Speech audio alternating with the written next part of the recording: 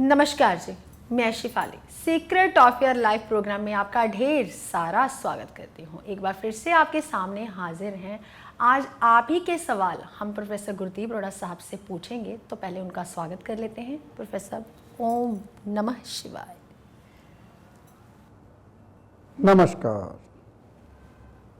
Professor, आपने पिछला episode जब किया शनि की 7.5 के ऊपर, तो बहुत सारे लोगों ने सवाल किए, कमेंट्स किए हमें कि आपने एपिसोड बनाया शनि की 7.5 के ऊपर, आपने इस बात का जिक्र नहीं किया क्या बच्चों के जो ग्रह हैं वो माँ बाप के ऊपर प्रभाव डालते हैं या नहीं प्रभाव डालते?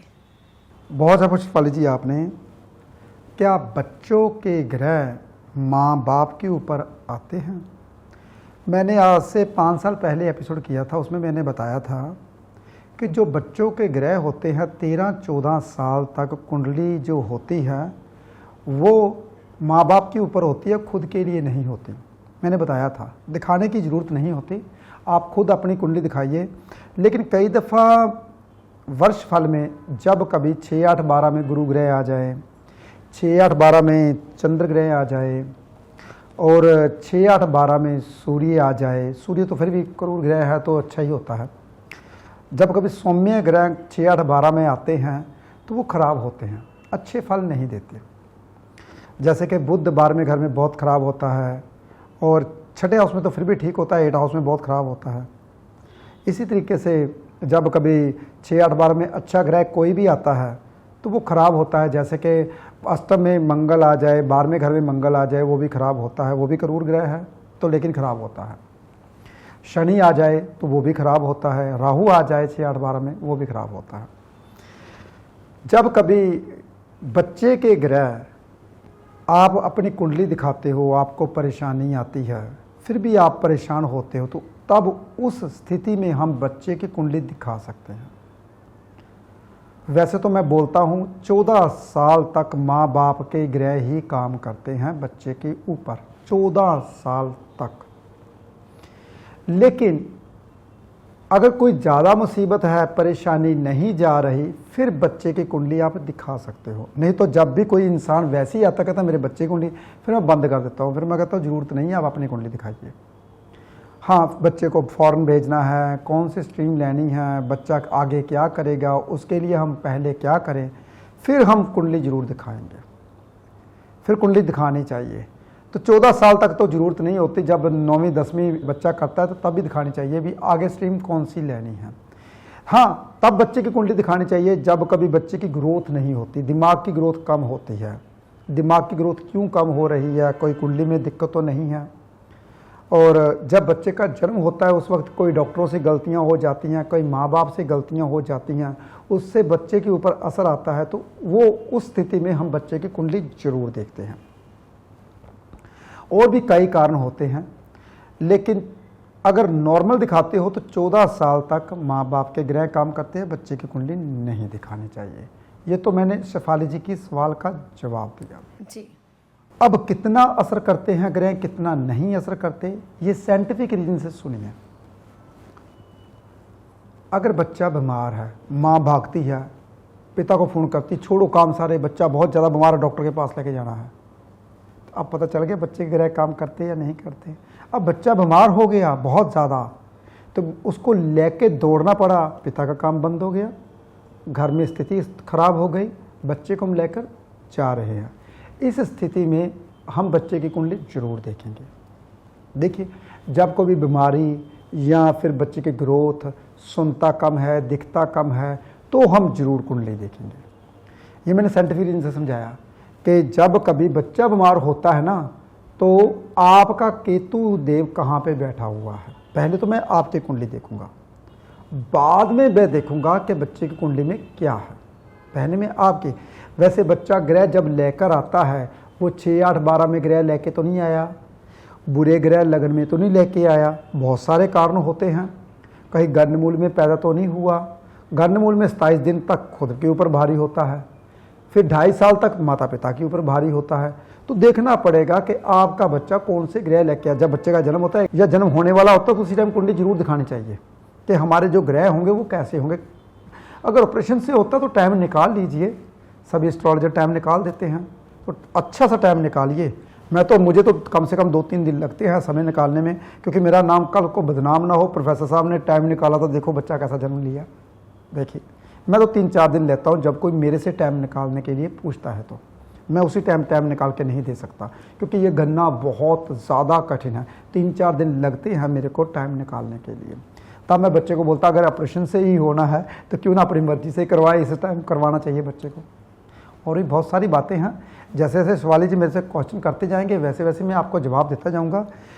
हमेशा एक बात याद रखनी है, कहते हैं ना औले दा खादा और सियाने दा क्या, हमारी पंजाबी की कहावत है, जो बुजुर्ग बात बोलते हैं ना वो बाद में पता चलता है। जो आंवला है ना वो उसको खाया 20 साल बाद पता चलता है बाल सफ़ेद नहीं हो रहे, भी आंवले खाए थे कहीं ना कहीं आपने। तो इसलिए जो बुजुर्ग बात बोलते हैं ना, जब आपके पास गुजर जाती वो बात, हो जाता आपके साथ, तब पता चलता है। अगर हम पहले बात मान लेते तो हमारे साथ ऐसा ना होता। देखिए अब आपके ऊपर डिपेंड है कि जब हम आपके लिए इतनी अच्छी अच्छी बातें ढूंढते हैं, करते हैं, शिफाली जी क्वेश्चन पूछते हैं, मैं आपको जवाब देता हूं, तो अगर आप नहीं मानते तो उसका हर्जाना तो भुगतना ही पड़ता है। और भी बहुत सारी बातें हैं, जैसे कि कहते हैं कि कुंडली में जब बच्चा जन्म लेता है तो हम उसी वक्त कहते हैं उपाय कब काम करते हैं, जब जन्म लेता है बच्चा तब काम करते हैं, जब शादी होती है तब काम करते हैं। तो शादी आप अपनी मर्जी से करवा लेते हो, फिर बाद में कहते हो हमें ये दिक्कत आई थी। मैंने कहा शादी के वक्त आप मेरे पास आए थे? नहीं आए नहीं थे। देखिए हमने जल्दी जल्दी में कर ली, हमने बच्चे को भेजना था बाहर, वीज़ा आपने लगवा दिया, बाहर बच्चा चला गया, बाद में प्रोफेसर साहब बाहर तो चला गया, काम नहीं मिल रहा, PR नहीं मिल रही, बाद में कठिन होते हो। बच्चा जब कभी बाहर जा रहा होता है, कोई भी कार्य कर रहा होता है, तो जरूर दिखाकर जाना चाहिए कि आगे जाके कोई प्रॉब्लम ना हो। और भी बहुत सारी बातें हैं, देखते हैं शिवाली जी आगे क्वेश्चन क्या पूछते हैं। प्रोफेसर साहब, जैसे कि बच्चे मंद बुद्धि पैदा होते हैं, शरीर का विकास तो होता रहता है लेकिन दिमागी विकास नहीं होता, क्या कुंडली में अगर हम कुंडली दिखाते हैं तो उसका कोई उपाय या निवारण है? शिफाली जी क्यों नहीं है। देखिए हमारे पास 3-4 बच्चे ऐसे आए थे जिसका खून नहीं बनता था। जी बिल्कुल। तो हर महीने वो खून चढ़ाने के लिए जाते थे बच्चों का। मैंने कहा चिंता मत कीजिए, आज के बाद बनना शुरू हो जाएगा। अभी रिसेंट की बात है, अभी भी एक बच्चा आया, तो वो लुधियाना का था, तो उसका भी ऐसे ही था। मैंने कहा चिंता क्यों करते हो, आप आइए तो सही, देखते हैं क्या प्रॉब्लम है। तो कुंडलियाँ तो ऐसी ही होती हैं, उपाय आप श्रद्धा से करते हो तभी होता है काम। अगर आप सिर्फ ज्योतिषी के ऊपर सोचते हो ना कि हमारे उपाय कर देगा, ये सब कुछ कर देगा, फिर कभी कुछ नहीं होता। आपने खुद करने होते हैं, अपनी श्रद्धा से उपाय काम करते तो वर्क जरूर करता है। हर इंसान की कुंडली का असर तभी होता है जब आप श्रद्धा से कोई काम करते हो। अगर उनकी श्रद्धा मेरे ऊपर होती है तभी वो इंसान ठीक होता है। अब मंद बुद्धि जैसे कि इन्होंने बोला, तो बुध ग्रह कहीं ना कहीं 6, 8, 12 में होता है राहु के साथ। बुध ग्रह कहीं ना कहीं चंद्र के साथ होता है। बुध ग्रह कहीं ना कहीं मंगल के साथ होता है, मंगल कार्य नहीं होने देता। तो ये जब ग्रह इकट्ठे होते हैं तो लग्न को देख रहे होते हैं, चंद्र को देख रहे होते हैं, बुध खराब होता है, तो तब मंद बुद्धि बच्चा हो जाता है।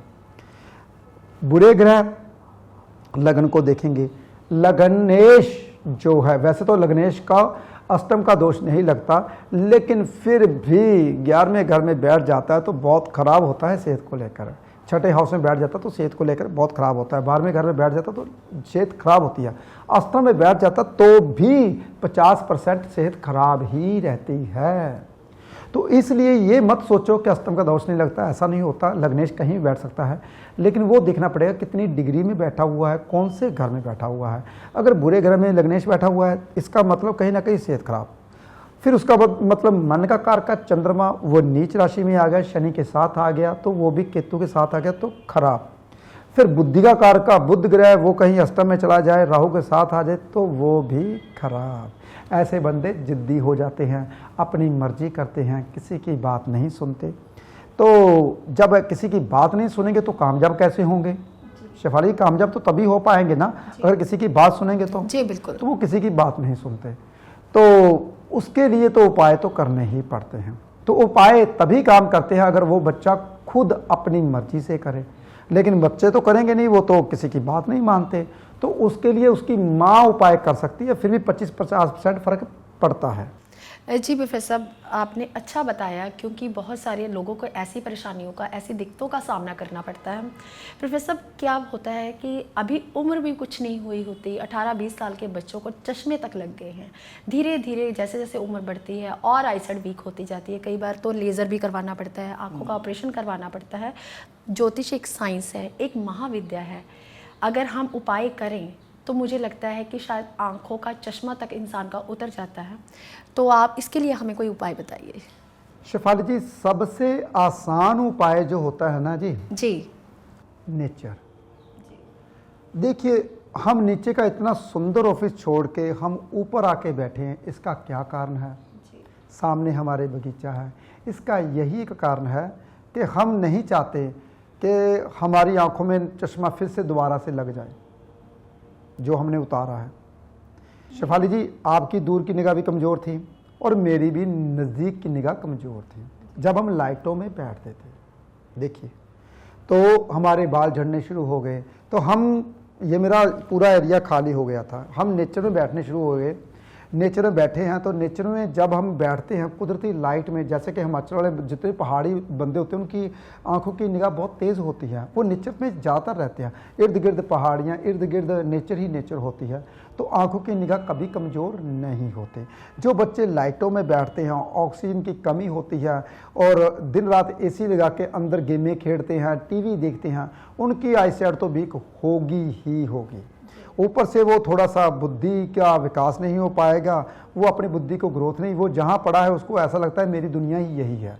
तो जब तक अपनी दुनिया को चेंज नहीं करोगे तो आपकी आईसाइट तो वीक होगी ही होगी। हाँ, सैर करते वक्त, जब आप सुबह सैर करते हो तो नंगे पाँव घास के ऊपर चलने से आईसाइट जो आपकी वीक है वो ठीक होनी शुरू हो जाती है, चश्मे उतरने शुरू हो जाते हैं। मैंने देखे हैं कई लोगों के चश्मे उतरे हुए जब इंसान मेरे से उपाय लेके जाते हैं। तो वैसे सबसे पहला उपाय तो नेचर है। जैसे आप नेचर के साथ रहोगे, नेचर आपको वैसा ही ज्योति प्रदान करेगी, क्योंकि ज्योति जो होती है वो सूर्य की ही होती है ज़्यादातर। तो उसी ज्योति से हम सब एक दूसरे को देखते हैं। तो वो ज्योति को कैसे जगाओगे? जब आप सूर्य की रोशनी में रहोगे। सूर्य की रेज हम लेते नहीं, फिर हम कहते हैं कि ये हमारी जो चाइनीज़ लाइट है ये हमें रोशनी दे, ऐसा कभी नहीं होता। ये आपकी लाइट ख़त्म ही करती है जितनी भी लाइटें होती हैं। तो कुदरती लाइट में बैठिए तो ठीक हो जाओगे। हाँ, मैंने उपाय बता दिया। सुबह सुबह ओस के ऊपर नंगे पांव चलने से आपकी आंखों की जो निगाह कमज़ोर हो चुकी है वो ठीक हो जाती है। वैसे तो मैंने एक उपाय भी बताया था, उत्तराषाढ़ा नक्षत्र में संडे के दिन उत्तराषाढ़ा नक्षत्र हो और पूड़े बनाकर अब सूर्य को, भगवान को भोग लगाया जाए और खुद खाए जाएं, तो इससे भी आंखों की कोई भी बीमारी नहीं लगती। जी प्रोफेसर साहब, अभी आपने एक अच्छा, एक सॉलिड उपाय हमें बताया। प्रोफेसर साहब, क्या होता है जब हम किसी ज्योतिषी के पास जाते हैं तो उपाय लेते हैं उनसे, तो 2-4 दिनों बाद फिर बैक कॉल कर देते हैं कि हमारा काम नहीं बना। तो कोई, मुझे तो नहीं लगता है कि कोई जोशी जो है, कोई बाबा है, वो तांत्रिक विद्या करता है कि 2 दिन में आपका उपाय हो जाना है। क्योंकि इतने 20 साल लंबी बीमारी लेके आते हैं और हल कहते हैं कि सिर्फ 2 दिनों में हो जाए, ये भी झूठ है। शेफाली जी, ऐसे बंदे भटके हुए हैं। जी बिल्कुल। देखिए, ज्ञान जो ज्योतिष है ना शेफाली जी, वो ज्ञान है। जी बिल्कुल। पहले तो आपको जिसके पास आप जा रहे हो वो आपको ज्ञान की बातें बता रहा है। जी। अगर ज्ञान दे रहा है इसका ये मतलब आप धीरे धीरे ठीक हो रहे हो। अगर सिर्फ उपाय के ऊपर ही भरोसा करते हो, फिर करते रहिए उपाय। मैं तो बता देता हूँ, हज़ारों उपाय बताता हूँ, चलो करो, और मेरी गारंटी आप ठीक नहीं हो पाओगे। क्यों नहीं ठीक हो पाओगे? जब तक आप, देखिए, मैंने आपको बोला कि घास के ऊपर चलने से आंखें ठीक होगी, करो और चलो, मेरी गारंटियां नहीं ठीक होंगी। वो कैसे नहीं ठीक होंगी? क्योंकि आपको समझाया नहीं गया अच्छे ढंग से। जी, किस वक्त करना है, किस वक्त करना है। Good, very good. Ji Shefali ji, ये चीज है ना जो हम उपाय जो कहते हैं ना, उपाय प्रोफेसर ने बताया हम किए। जी बिल्कुल। लेकिन कैसे किए, कैसे करने थे, इसलिए आपको ज्ञान होना बहुत ज्यादा जरूरी है। और आंखों की रोशनी कैसे ठीक होती है, उस पर चलने के पहले आप मेरी नकल कीजिए। मैं सबको बोलता हूँ, जो इंसान मेरी नकल ही कर लेता है ना, वो इंसान करोड़पति तो बनते बनता सेहतमंद भी हो जाता है। देखिए, पहले आपने गर्म पानी पीना है। मैं गर्म पानी पीता हूँ, फिर सैर करने के लिए जाता हूँ। 1 घंटा मैं सैर करता हूँ, थोड़ा सा पसीना आ जाता है। सैर का मतलब ये नहीं कि मटक के चलना शरीर को कष्ट ना देना। शरीर को कष्ट देना है भाई, थोड़ा सा फास्ट चलना है। कि पसीना आए आपको। पसीना जब आपको पसीना आएगा तो सर्वाइकल की प्रॉब्लम, पीठ की दर्द, सब की परेशानियां दूर हो जाएंगी। फिर उसके बाद 1 घंटा सैर करने के बाद फिर आप 15 मिनट मटक मटक चल सकते हो, इसलिए कि जो पसीना आया वो सूख जाए। फिर उसके बाद आपने अपने जूते उतारने, ये ना हो कि पसीना आया हुआ है तो जूते उतारो घास पे चलो, इससे आपका नजला जुकाम हो जाएगा, बीमार पड़ जाओगे, क्योंकि गर्मी ने आपको सर्दी को आपने साथ ही साथ कर लिया। फिर आपने धीरे धीरे चलना है। पसीना जब बिल्कुल सूख जाए, 15 मिनट हम भी ऐसे करते हैं शिफाली जी बिल्कुल। जब पसीना सूख जाता है, आप बोलते हैं पसीना बिल्कुल सूख गया, फिर हम जूते उतारते हैं, अपने साइड पे रखते हैं, पैदल चलते हैं घास के ऊपर। फिर उसकी नमी जो होती है तलियों के ऊपर लगती है, तो दिमाग की जो नसें हैं, जो रोशनी वाली नसें हैं, वो खुलती हैं। देखिए ऐसे नहीं, जब तक ज्ञान नहीं होगा ना तो उपाय कभी काम नहीं करते। ज्ञान, जो एस्ट्रोलॉजर आपको ज्ञान देता है ना, तो तभी उपाय काम करते हैं। इसलिए मैं बोलता हूं भाई, जल्दबाजी मत किया करो। कुछ लोग बोलते हैं मुद्दे की बात करो, कुछ लोग बोलते हैं हमें शॉर्टकट में समझा दो। तो ऐसी बातें शॉर्टकट में कैसे समझाई जाती है? मुझे तो अभी तक शॉर्टकट मिला नहीं कि ज्योतिष में सीख लूँ शॉर्टकट में, और मुझे ग्रंथों का शॉर्टकट नहीं मिला आज तक। श्रीमद् भागवत पुराण पढ़ रहा हूँ, वो अभी पूरा नहीं हो रहा। हमने गरुड़ पुराण जरूर पढ़ा था, वो पूरा जरूर हुआ था, वो 15-16 दिन में पूरा हुआ था। इसलिए छोटा पुराण तो हो जाता है, अगर मैं उसको एक दिन में पूरा करने की कोशिश करूँ तो कैसे होगा? श्रीमद् भागवत पुराण के 2 बड़े बड़े अध्याय हैं, कैसे पूरा होगा? और आजकल मैंने महाभारत भी शुरू कर रखी है। महाभारत के 6 पार्ट हैं बड़े बड़े, तो वो कम से कम 3-4 साल तो लगेंगे ही ना। तो इसको शॉर्टकट, इसको आप शॉर्टकट में बताओ। तो शॉर्टकट तो यही है, कौरव और पांडव लड़े तो कौरव हार गए, पांडव जीत गए। महाभारत का शॉर्टकट हो गया। तो शॉर्टकट तो यही है। जी बिल्कुल, हस्तिनापुर का सिंहासन ले लिया उन्होंने, बस ये कहानी खत्म होती है। ये कहानी खत्म होती है। तो जन्मेजय बेचारा ऐसे ही यज्ञ करता रहा, ऐसे बेचारे उसका पोतरा था वो अभिमन्यु का, जन्मेजय राजा था, वो तो बेचारा ऐसे जग कर रहा था, वो तो उसका बीच में रोल ही नहीं आया उसका। तो शॉर्टकट, दुनिया भागती है शॉर्टकट की ओर। जब तक शॉर्टकट में रहोगे तो शॉर्टकट मारते रहोगे तो दुखी ही रहोगे जिंदगी में। हाँ, एक बुजुर्ग ने एक बात जरूर बोली थी, वो मुझे अभी तक याद है। कहते हैं शॉर्टकट जो अपनाता है वो दुखी ही रहता है। जी बिल्कुल। देखिए आज तक जिन जिन लोगों ने शॉर्टकट अपनाए हैं वो दुखी होते हुए मैंने अपनी आंखों से देखे हैं। इसलिए लंबा रास्ता जरूर पकड़िए, शॉर्टकट मत जाइए। यहाँ पे बहुत बड़ी कहानी बनती है, वो मैं सुनाऊंगा, वेदों की कहानियाँ। मेरे वेद पुराण चैनल के ऊपर आइए, वहाँ पे कहानियाँ सुनाऊंगा। जब महाभारत शुरू होगा तो बहुत गजब का महाभारत शुरू होने वाला है। महाभारत कथा मैं अपने मुख से सुना रहा हूं। पहले मैं पंडित जी से सुनता था, आप पंडित जी की आवाज सुनते थे, ऐसा नहीं है। मैं सिर्फ और सिर्फ उसकी कहानियां और उसका सार बहुत ध्यान से सुना रहा हूं। तो सुनने वाली चीजें, मुझे पता चला कि 5वां हमारा वेद है वो महाभारत है। आपको उससे दूर रखा गया ताकि आप ज्ञान से दूर रहो। कोई बात नहीं, चल रहा है अभी ज्ञान की बातें तो बताऊंगा। इसलिए एक बात याद रखनी है, कभी भी जिंदगी में शॉर्टकट नहीं अपनाना, कभी भी जिंदगी में जल्दबाजी नहीं करनी। हम एकदम से ठीक हो जाए, अरे भाई इतनी लंबी बीमारी है, एकदम से नहीं ठीक होगी, 3-4 दफ़ा आना पड़ेगा। लेकिन इस बात की गारंटी जरूर है, जब आप आते हो 50% रिलैक्स जरूर हो जाते हो। वो इसलिए ठीक हो जाते हो क्योंकि आपको मैं बातें कुछ समझाता हूँ, इंसान को जीना कैसे चाहिए, कि आप दान पुण्य करने चाहिए, कौन से दान पुण्य करने चाहिए। हम दान पुण्य तो बहुत करते हैं, भगवान का नाम तो बहुत लेते हैं, फिर भी हम दुखी हैं। क्यों दुखी हैं भाई, बताओ मुझे। दिन रात आपके घर में ज्योत जलती है, आपके घर में भगवान को इतना पाठ पूजा चलती है, तो सबसे ज़्यादा आप ही दुखी हो। क्यों दुखी हो, चलो बताओ मुझे, बता दूं क्यों दुखी हो। पता ही नहीं कौन सा पाठ करना है, पता ही नहीं कैसे आसन पे बैठना है, पता ही नहीं भगवान की आराधना पूजा कैसे की जाती है। देखिए, और पता ही नहीं हमको क्या क्या करना चाहिए, क्या नहीं करना चाहिए। हम गलतियां करते हैं। देखिए, मैं कोई भी मंत्र का उच्चारण नहीं करता, मैं जितना भी मंत्र का उच्चारण सिर्फ सुनता हूं, पंडित जी को स्वाद में बिठाता हूं। मैंने कहता हूं क्या पता मेरी कमाई पंडित जी के घर में जाएगी, तो वो तो फलेगा ही फलेगा, उसके कर्मों का फल भी तो मुझे मिलेगा ना। इसलिए मैं सिर्फ सुनता हूँ। श्रोता बनिए, जो आपके भीतर जाए, आत्मा को टच करे। इसलिए बहुत सारी बातें देखते हैं, क्वेश्चन कौन सा पूछने वाले हैं। जी प्रोफेसर साहब, आपने बहुत अच्छा एक बात कही हमें कि नेचर से प्यार करना चाहिए। नेचर, कुदरत हमें बहुत कुछ सिखाती है। आपने कभी देखा है प्रोफेसर साहब, जो जितने भी पंछी हुए हैं कभी भी अपने बच्चों के लिए घोंसला नहीं तैयार करते, सिर्फ और सिर्फ एक उड़ने की कला सिखाते हैं। लेकिन इतने मूर्ख प्राणी हैं हम लोग मनुष्य जाति के कि हम अपने बच्चों के लिए घर महल बनाते हैं, फिर बाद में कहते हैं कि आप स्ट्रगल कीजिए। लेकिन बाद में क्या होता है, फिर पिता पुत्र की लड़ाई होती है, माँ बाप की लड़ाई होती है, फिर माँ बाप ही ज़्यादा दुखी होते हैं। शेफाली जी, एक बात मैं आपको समझा दूं, बहुत ध्यान से सुनिए, ये बात सुनने वाली है।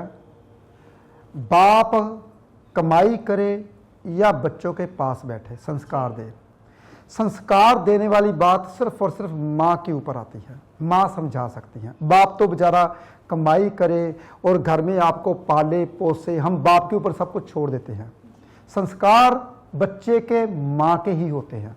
जो बच्चा नेक निकलता है या नहीं नेक निकलता, माँ के। बहुत ध्यान सुनिए, माँ ही 9 महीने बच्चे को पेट के अंदर गर्भ में रखती है। बाप का तो 1 मिनट का, 5 मिनट का, 1 मिनट का, 2 मिनट का काम होता है बस।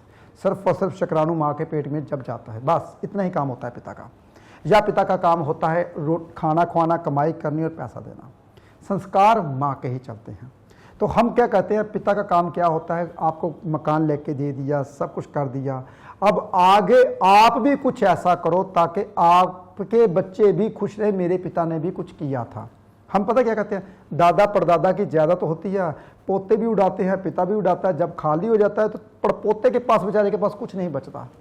कि उसका हक नहीं था कि उसके जो पड़पोते थे, यानी कि पोते का आगे बच्चा, वो भी तो दादा की कमाई खा सकता था। वो तब कमा सकता था जब कभी उसका बेटा नेक होता, कमाई को संभाल के रखता, वो तब कमा सकता था। आगे उसका पोता भी नेक निकलता, कमाई को बचा के रखता। पड़पोते के पास तभी कमाई जाती है, नहीं तो बड़े बड़े महल ही कहते हैं ना, सालों में ही खत्म हो जाते हैं, बड़े बड़े महल। तो और भी बहुत सारी बातें हैं, लेकिन उन्होंने, शेफाली जी ने एक बात अच्छी बोली, मुझे अच्छी लगी, कि पंछी कभी भी उसको घोंसला बनाना सिखाते नहीं हैं। वो कहते हैं, ये बात मैंने आंखों देखी है, कि एक चिड़िया थी, चिड़िया घोंसले में बैठी हुई थी, उसको बच्चा मुंह खोलता है कि मेरे मुंह में दाना डाल, उसकी माँ ऐसे करती है, भाग जा, अब मैं दाना नहीं दूंगी, क्योंकि उसको पता चल जाता है इसके फार आगे जो उड़ने लायक है। फिर उसको धक्का मारती। ये मैंने कैमरे में, मेरे पास उस वक्त कैमरा नहीं था, तो मैं कैमरे में कैप्चर करता वो चीज़, क्योंकि ये सिखानी बहुत ज़्यादा जरूरी है। उसने धक्का मारा, पेड़ के बच्चा नीचे गिरता गिरता फर, नीचे गिरता गिरता गिरता गिरता फर लगाए जितने उससे लग पाए। फिर वो बच्चा नीचे बैठ गया। मेरे को तरस आया, मैंने कहा बच्चा नीचे बैठा है, इसको चक के ना ऊपर रख दूँ, ये ना कोई कुत्ता या बिल्ली आए उसको खा जाए, क्योंकि मैं ऊपर बैठा रहता हूँ, मेरा गार्डन है बाहर, तो ऐसी बातें मैं देखता रहता हूँ, ज्ञान की बातें हैं ये। फिर कोई कुत्ता या कोई भी चीज़ आती है, फिर वो उड़ता है, कोशिश करता है उड़ने की। उसकी माँ भी घोंसले पर बैठ के चिड़ी चिड़ी कर रही होती है। मुझे तो समझ नहीं आती चिड़ी चिड़ी करने का क्या मतलब है। वो उसको यही बता रही होती है भी तू उड़ अब, नहीं तो तेरे को कुत्ता खा जाएगा, यही बोलती होगी। तो वो हमारे इर्द गिर्द कुत्ते हैं, क्योंकि कुत्तों की भी मैं सेवा करता हूँ भाई, दूध वगैरह डालता हूँ, तो मेरे घर के आगे भी और ऑफिस के आगे भी कुत्ते रहते हैं। तो वो उसको, उसके पीछे पीछे भागता, वो उड़ता, थोड़ा सा उड़ता फिर गिरता है, थोड़ा सा उड़ता फिर गिरता। ऊपर चिड़िया उसको चिड़ी चिड़ी कर रही है। उसका एक बाप आ जाता, वो भी दोनों करने लगते, 3-4 और आ जाते, वो भी करने लगते, वो कुत्ते का ध्यान भटकाते हैं। तो वो क्या करता है, वो उड़ने की कोशिश करता है। बाद में चिड़िया का बच्चा जो होता है वो उड़ के बनेरे में बैठ जाता है। ये मैं सारी कहानी देख रहा था, मुझे बहुत अच्छा लगा कि देखिए संघर्ष किया और बनेरे पे आ गया। तो हम अपने बच्चों को संघर्ष करने ही नहीं देते। फिर एकदम से हम कहते हैं कि हमने कुछ नहीं करना। हम भी उसमें से, मैं भी ऐसा ही हूँ, मैंने भी संघर्ष नहीं करने दिया, किसी चीज़ की कमी नहीं है। तो बाद में कठिन कौन होगा, आगे मेरे पोते, यानी कि आगे उसके बच्चे परेशान होंगे भी, उसका करता कुछ नहीं है। इसलिए ये गलतियां कभी नहीं करनी चाहिए जो हम जैसों ने की है। मैं कभी भी जग बीती बात नहीं करता, मैं हड बीती बात करता हूं, जो हमारे साथ बीती हो। इसलिए बच्चों को आप समझदार बनाना है, कैसे बनाना है, ये सबसे बड़ी चीज़ है। नॉर्थ ईस्ट के कमरे में बच्चों को सुलाइए ताकि खुद भी खुद समझदार बन जाए। जी प्रोफेसर साहब, अभी आपने बताया कि बच्चों को नॉर्थ ईस्ट के कमरे में सुलाना चाहिए वास्तु के हिसाब से। ये भी प्रोफेसर कोई टाइम पीरियड होता है कि इस टाइम पीरियड में आप नॉर्थ ईस्ट में सुलाइए और इस टाइम पीरियड में आप नॉर्थ वेस्ट में सुलाइए, कुछ ऐसा होता है? बहुत अच्छा क्वेश्चन पूछा आपने। बच्चों को 14 साल की उम्र तक नॉर्थ ईस्ट में सुलाइए, 14 साल के बाद नॉर्थ वेस्ट में सुलाइए। जब नॉर्थ वेस्ट में दिमाग चलना शुरू हो जाएगा, पढ़ाई आगे ग्रोथ करेगी, आइडिया आने शुरू हो जाएंगे। और 25 साल के बाद जब शादी हो जाए तब साउथ वेस्ट में सुलाइए, ताकि उसको हेड का कमरा दीजिए, ताकि वो भी बाप बन सके, वो भी उसको भी अकल आ सके मैंने क्या करना है क्या नहीं करना। ये जो एज मैंने बताई, इस एज में ऐसे ऐसे करना चाहिए। लेकिन और भी बहुत सारे क्वेश्चन है, पीछे इशारे आने शुरू हो गए हैं।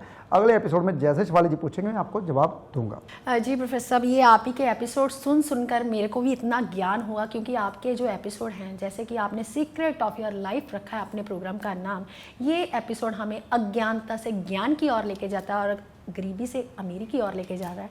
क्योंकि मैंने गरीबी से अमीरी इसलिए बोला, जब ज्ञान आता है तो हमारा दिमाग चलता है, जब दिमाग चलता है तो इंसान कमाने जाता है, जब कमाने जाता है तो गरीबी दूर हो जाती है। तो इस एपिसोड को आपने ज़्यादा से ज़्यादा लोगों तक शेयर करना है, ताकि ये ज्ञान भरी बातें जो हैं आप सब तक पहुंच पाए और आप भी अज्ञानता से ज्ञान की ओर चले जाएं।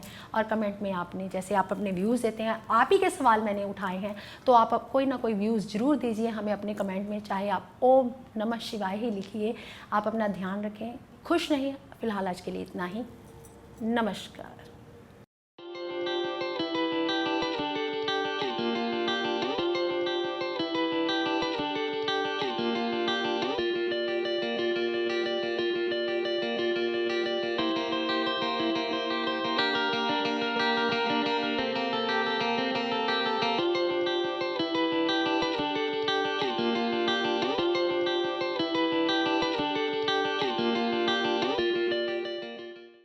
सूर्य मणि यंत्र के रूप में आपके सन्मुख लेकर आए हैं प्रोफेसर गुरदीप अरोड़ा जी।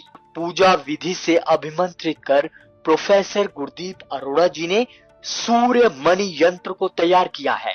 जो इंसान फोबिया यानी डर की बीमारी से पीड़ित है, उन्हें निडर बनाता है। जो रोज सूर्य मणि यंत्र के दर्शन करता है, यह सूर्य मणि यंत्र आपको कामयाबी की बुलंदियों तक पहुंचाता है। और अपने अपनों का जीवन बदलने के लिए अपने घर ले आए अभिमंत्रित सूर्य मणि यंत्र।